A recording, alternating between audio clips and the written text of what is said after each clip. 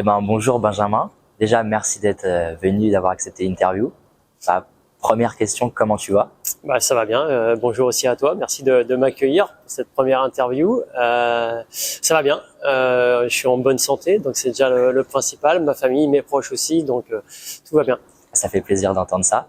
Et déjà, pour toi, revenir ici, ça doit quand même faire un peu toujours bizarre.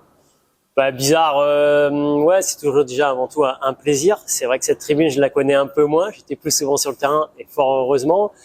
C'est vrai que les premières fois quand je suis revenu après ma carrière, c'était un peu bizarre se retrouver dans les tribunes. La carrière était finie, de voir l'équipe jouer, c'est toujours été spécial. Maintenant, c'est vrai que maintenant c'est une habitude de venir ici et c'est toujours un plaisir. C'est là où j'ai vécu mes plus belles émotions. D'ailleurs, en parlant de terrain, quand tu reviens ici, c'est quel souvenir qui te revient direct en mémoire?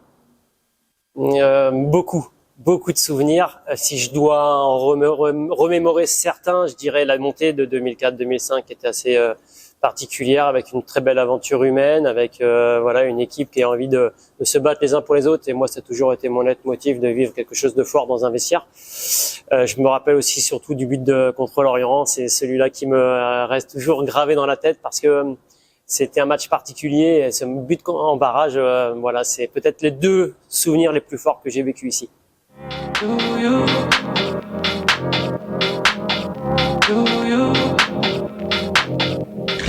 Alors, Benjamin, comment se passe ta vie depuis que tu as pris ta retraite de footballeur? Alors 2019, la fin d'une grosse période de vie.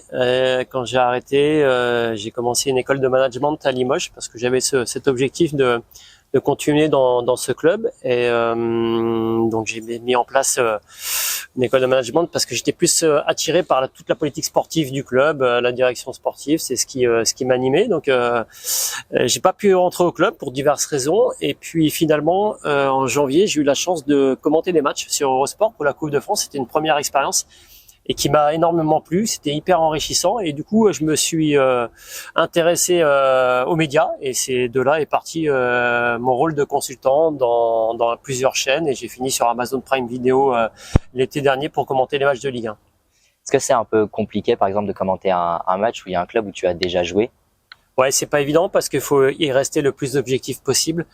Malgré l'amour qu'on a pour le club où on a évolué, donc forcément, mais sincèrement, j'ai été le plus objectif par rapport à moi parce que j'étais dans mon métier et de vouloir être le plus pertinent, le plus performant possible dans ce que je faisais, donc ça m'a pas énormément gêné non plus. Est-ce qu'un jour, tu envisages de reprendre un métier lié au football? Ouais, c'est bon après.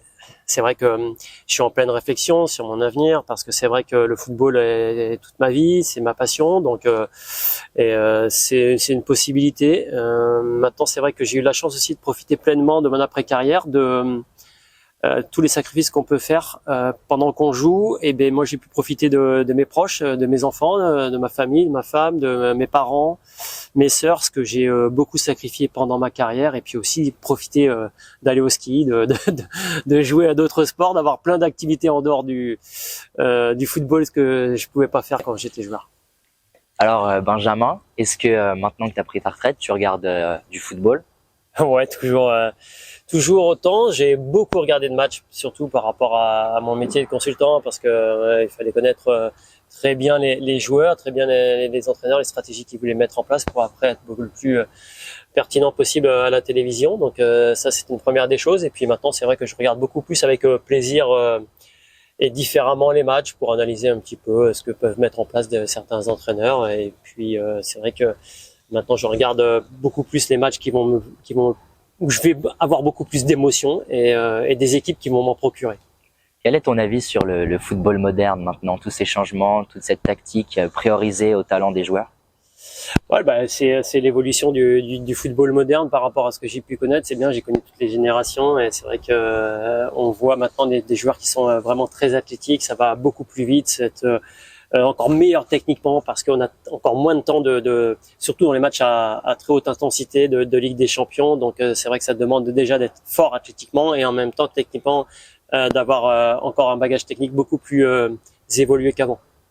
Toi qui es ancien numéro 10, ça doit te faire bizarre des fois de regarder le football et de voir que ce poste est de plus en plus délaissé? Ouais, il est pratiquement des fois oublié, même carrément oublié par la majorité maintenant des clubs. Des joueurs de mon profil se font beaucoup plus rares, alors ce qui était pas le cas avant. Avant, on donnait beaucoup de responsabilités à l'époque des années 80-90. Je me rappelle de ces numéros 10 tellement talentueux, Michel Platini, mon idole forcément de toujours. Mais c'est vrai que c'est l'évolution du football qui fait que il y a plus de vrais numéros 10, on se retrouve avec des joueurs qui vont beaucoup plus vite vers l'avant, avec plus des 9,5 que des numéros 10, et des numéros 10 qui se retrouvent un peu plus reculés, comme Pirlo, si je peux citer lui, qui joue beaucoup plus bas, ou Modric, Toni Kroos, des joueurs qui sont à la base des vrais numéros 10.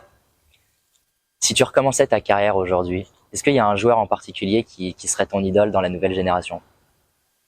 Il est en train de finir sa carrière, mais c'est vrai que Lionel Messi, ça a toujours été le joueur que j'ai adoré plus que tout. Pas du tout le même registre que moi, mais c'est vrai que lui, il m'a particulièrement marqué. J'ai regardé des matchs que pour voir Messi, en fait. C'est celui que, pour moi, en tout cas, qui a été le meilleur joueur du monde de tout. C'est difficile de tous les temps parce que chacun a eu sa période de génération, mais en tout cas, le meilleur joueur du monde dans notre période depuis les années 2000. Depuis que tu as arrêté ta carrière, j'ai ouï dire que tu jouais au paddle et tu t'étais un peu reconverti.